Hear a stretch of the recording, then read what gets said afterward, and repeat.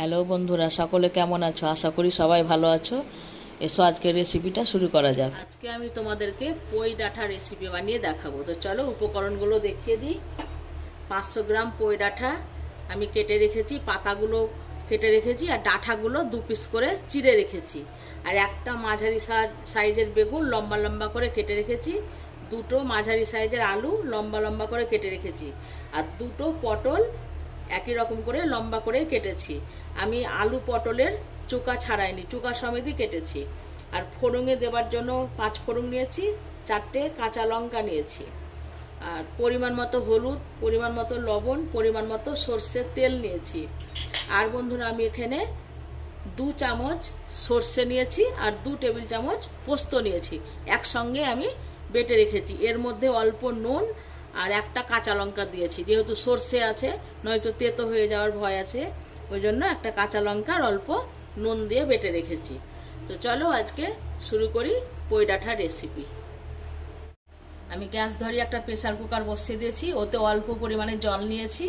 আর ওই জলের মধ্যেই আমি 500 পই ডাঁটা যেটা কেটে রেখেছিলাম ওইটা আমি প্রেসারে একটা সিটি দিয়ে নেব। আমি প্রেসার কুকারে ঢাকা বন্ধ করে দিচ্ছি। একটা সিটি পড়বে, দিয়ে আমি বন্ধ করে দেব।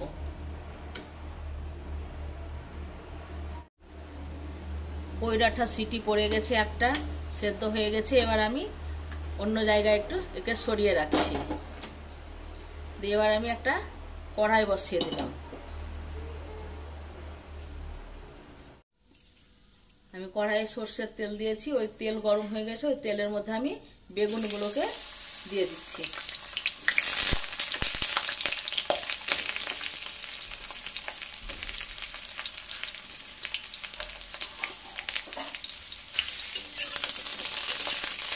বেগুনগুলোকে ভেজে তুলে রাখবো, নয়তো বেগুন একদম ঘেটে যাবে। ওই জন্য বেগুনটা ভেজে সব লাস্টে আমি দেব।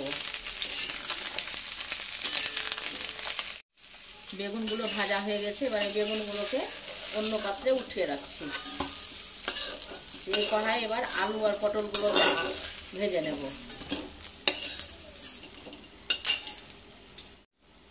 বেগুন ভাজার কড়াইয়ে আমি তেল দিয়ে দিলাম আবার, আর 4টে কাঁচা লঙ্কা আর 5 ফোড়ন দিয়ে দিলাম।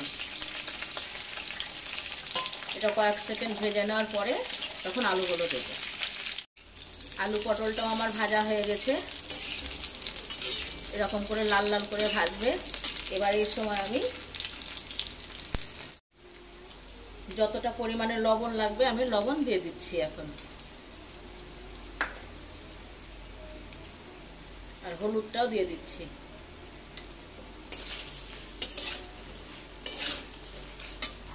যে পই ডাঁটাটা আমি একটা সিটি দিয়ে সেদ্ধ করে রেখেছিলাম, জল ফেলে দিয়ে এই ডাঁটাটা এবার দিয়ে দিচ্ছি এর মধ্যে।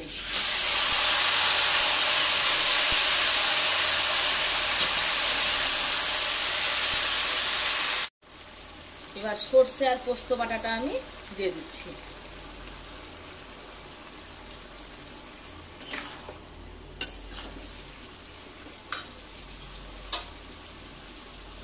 মিক্সিতে লেগে আছে পোস্ত, ওই জন্য একটু আমি মিক্সির জারটা ধুয়ে একটু জল দিয়ে দিচ্ছি। আর জল লাগবে না, এই জলেই রান্নাটা হয়ে যাবে। এবার ভেজে রাখা বেগুনগুলোকে দিয়ে দিচ্ছি।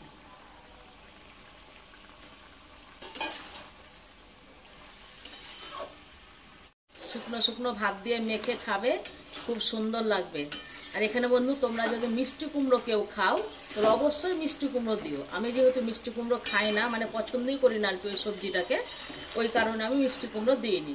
কিন্তু তোমরা যদি কেউ মিষ্টি কুমড়ো খাও তাহলে অবশ্যই দিও, এর স্বাদ দ্বিগুণ হয়ে যায়। কিন্তু আমি আবার মিষ্টি কুমড়োটা খাই না, ভালো লাগে না কেন কি জানি। কিন্তু তোমরা মিষ্টি কুমড়ো দিয়ে এভাবে রান্না করবে, দেখবে শুকনো ভাত দিয়ে খুব ভালো লাগে খেতে। সব সময়তেই মাছ মাংস একটা খুব যে একটা ভালো লাগে তা না, কিন্তু এগুলোও কিন্তু ভালো লাগে।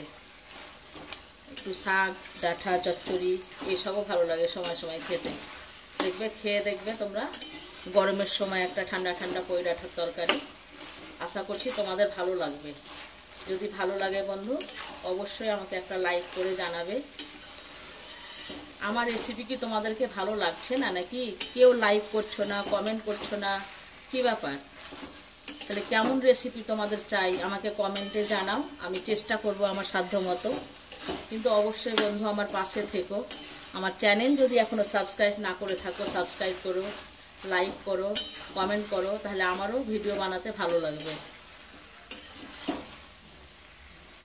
আমার রান্নাটা প্রায় শেষের দিকে হয়ে এসেছে। এবার এই সময় আমি 1 দোসন সরষের তেল দিয়ে দিচ্ছি।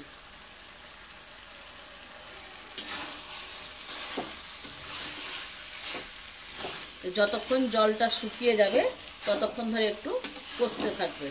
জলটা শুকিয়ে গেলে রান্নাটা কমপ্লিট হবে। শেষে আমি 1 চামচ চিনি দিয়ে দিচ্ছি।